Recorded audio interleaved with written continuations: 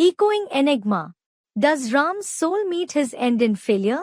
जैसे आदि में राम फेल हो गया, आदि से अंत में भी राम फेल हो गया.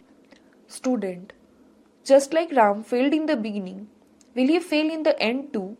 According to the rule, as is the beginning, so is the end.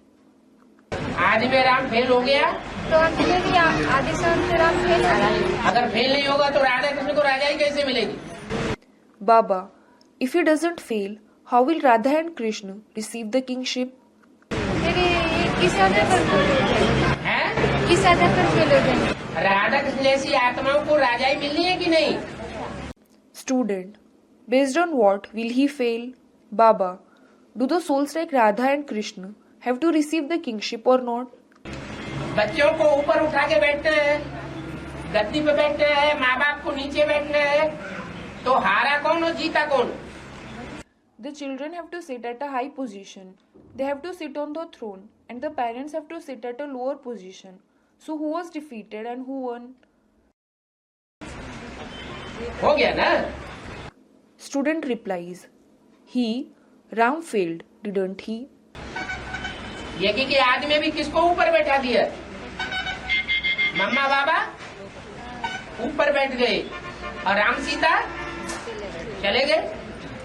Who was made to sit at a high position in the beginning of the yajna too? Mamma and Baba sat at a high position, and Ram and Sita went away. हाँ जी. Student comments, yes. हर एक माँ बाप अपने बच्चों को ऊपर उठाता है. All parents raise their children high. माँ बाप सबसे फर्स्ट क्लास दास दासी होते हैं. Parents are the first class servants and maids. सारी जिंदगी कमाई करेंगे. They will earn for the entire life. बाल बच्चों की पैदाइश करेंगे. They will give birth to the children. उनकी परवरिश करेंगे, पढ़ाएंगे, लिखाएंगे.